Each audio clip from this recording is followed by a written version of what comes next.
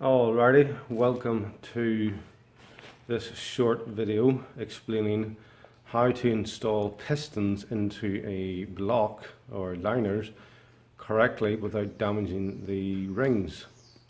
First things first, do me a favour, subscribe to the channel. It all helps.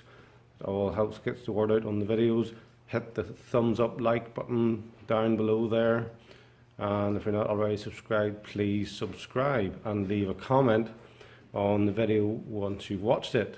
So, okay, first things first, make sure the block is perfectly clean. Obviously, if you're doing it with the engine in place, then you can only do so much cleaning, but this block has been washed in a big drum of thinners, and all the holes have been blown out thoroughly with an airline. It's been left overnight to dry. And also, when you look at the liners themselves, if I can get in and see, what you want to do is clean. If you notice on most liners, you will get a little lip of where the piston ring has stopped as it's come to the top. You want to clean this lightly with some sort of light emery paper. And the lip is not an actual lip on the bore. If it's a lip on the bore, then the bore is scrap. But the lip's just it's just like a carbon buildup, and where the piston ring has actually stopped at this point. So clean that on all four. Make sure that's perfectly clean and the bore is dry. And next stage would be to oil each bore with just get a lump of oil on a cloth and rub it all into each bore, and then we'll go to our pistons.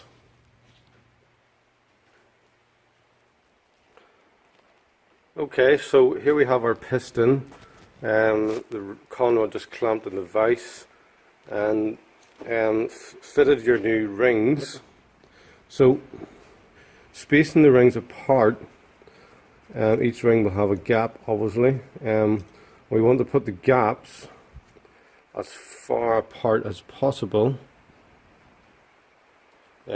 from each other.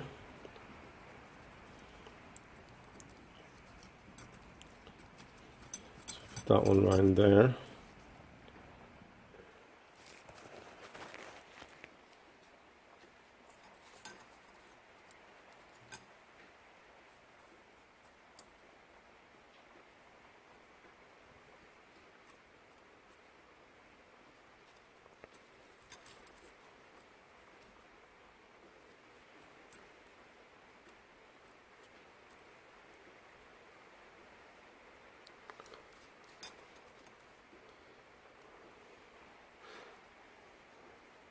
Okay, so now most people would sort of assume, okay, just a matter of clamping it with a ring clamp and just butting it in with the butt end of a hammer. Yes, that's sort of how it's done, but with a little bit more care and detail than that. So what I'm going to do is clamp these rings with the ring clamp, but before that, I'm going to oil the rings and the piston with a nice clean tub of oil, a nice clean paintbrush, because that's how it works. It needs oil to move up and down the bore without seizing.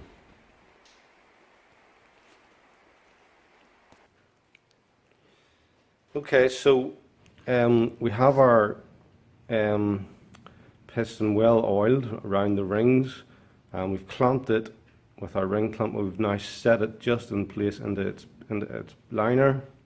We're now going to try and push it in. Now I'm doing this on my own, so you could get ideally someone to hold the clamp down tight on the bore while you tighten the clamp with the ratchet further, and then tap the piston down in while keeping this tight, and while also keeping the ring clamp tight on top of the block.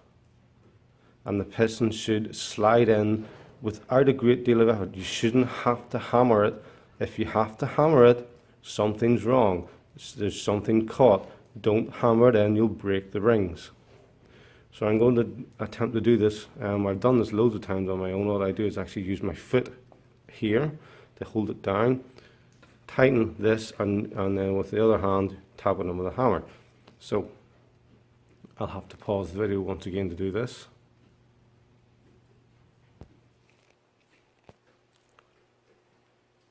Okay, so that's that piston in. It was impossible to do that and hold the camera phone at the same time, so I had to pause it and actually do that. If I had someone else with me today, then they could hold the camera phone. But here's what you can do to double check that it's in okay and without breaking any rings. First of all, if it went in with a lot of force and a lot of hammering, then you've broke something and take it back out. But just push it down with your finger.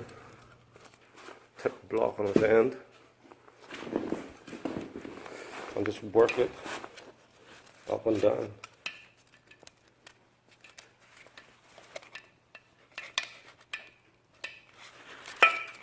Try and hold the block with my knees. There we go. Doing that with one hand and holding the foam with the other hand, sliding the piston up and down the bore as it would do when the engine's running. That tells me that those rings are in properly without any damage. If they weren't, that would be really tight to move up and down. It wouldn't move that easy. Okay, so I'm going to do the rest of these. Thank you for watching. Please do hit the like button and subscribe to the channel. Incidentally, this engine block is out of a Mazda 6 2.2 diesel Sky Active. The latest Mazda engine with the latest Mazda engine failure. To see reasons and examples of Mazda engine failures, just check out my other videos on the channel. There's loads of them there. Just search Mazda engine failure and you'll see loads of explanations of engines and bits with complete failure. Again, thanks for watching, and watch out for the next video.